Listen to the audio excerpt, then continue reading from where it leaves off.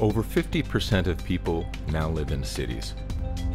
By 2050, it will grow to 70%.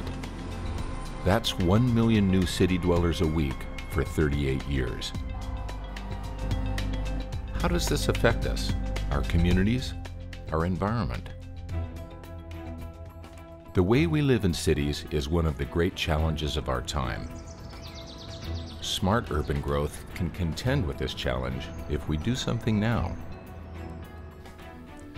EcoDistricts, a nonprofit dedicated to creating vibrant neighborhoods and smart cities, annually convenes city builders and entrepreneurs, policymakers and innovators from leading North American cities for the EcoDistricts Incubator. This annual gathering cultivates solutions for sustainable neighborhoods, which are the perfect scale for innovation.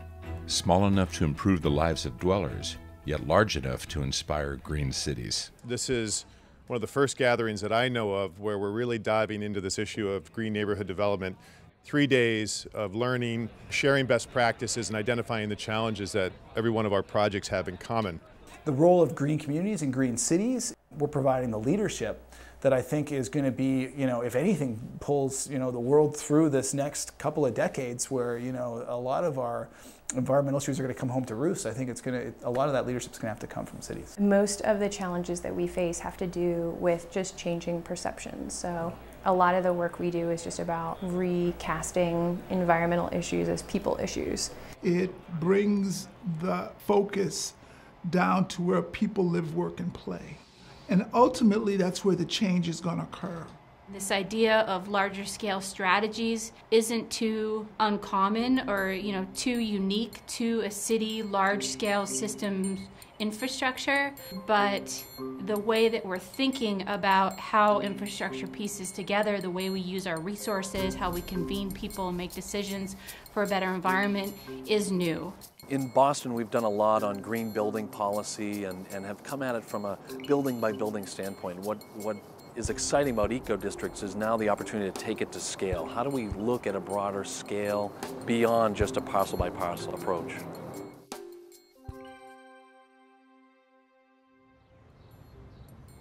It's an important challenge to figure out how to communicate, how to effectively engage people in the conversation.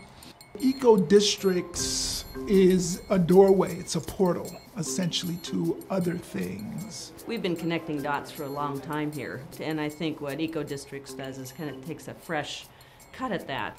Neighborhoods that give people a real sense of place, quality of life, that help them to be resilient in their households, to help insulate them against high energy prices, to help them interact with the natural environment. My job is to help create those things.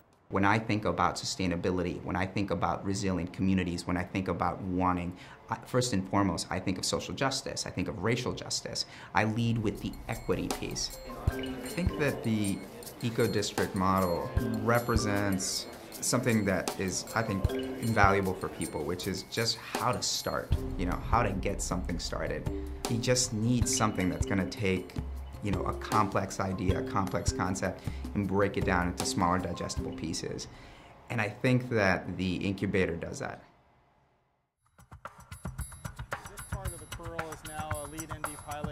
During the convening, individuals shared their experiences on how to revitalize their neighborhoods sustainably.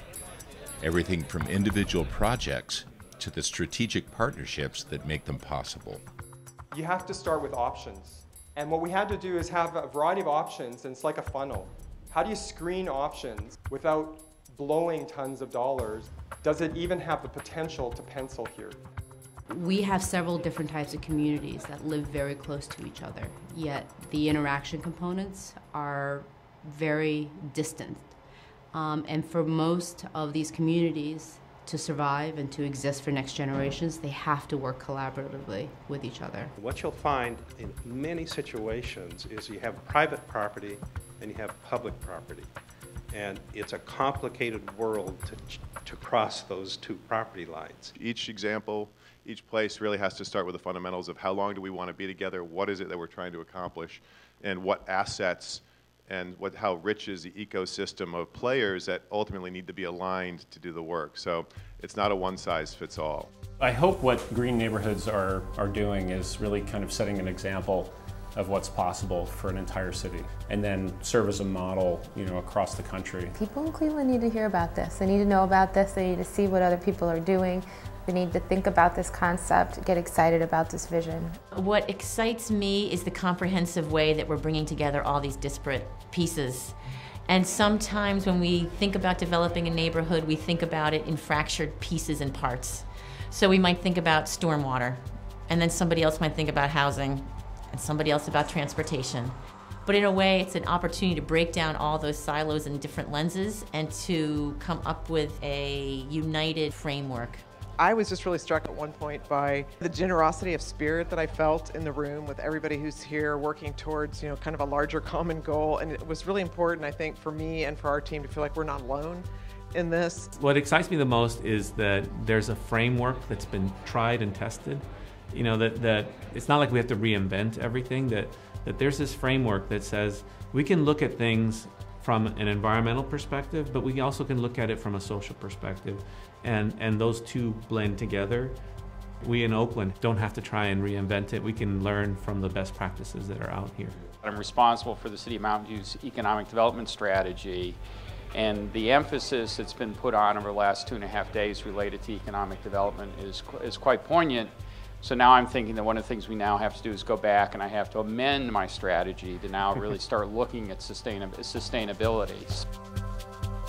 By bringing together people like you, the EcoDistricts Incubator is creating a network within a network of city and project leaders who are leading the change in their cities. Each year, more than 1,000 years of collective experience gathers at an EcoDistricts Incubator, presenting a unique opportunity to share knowledge and experiences for revitalizing cities from the neighborhood up. We hope to see you at our next EcoDistricts Incubator.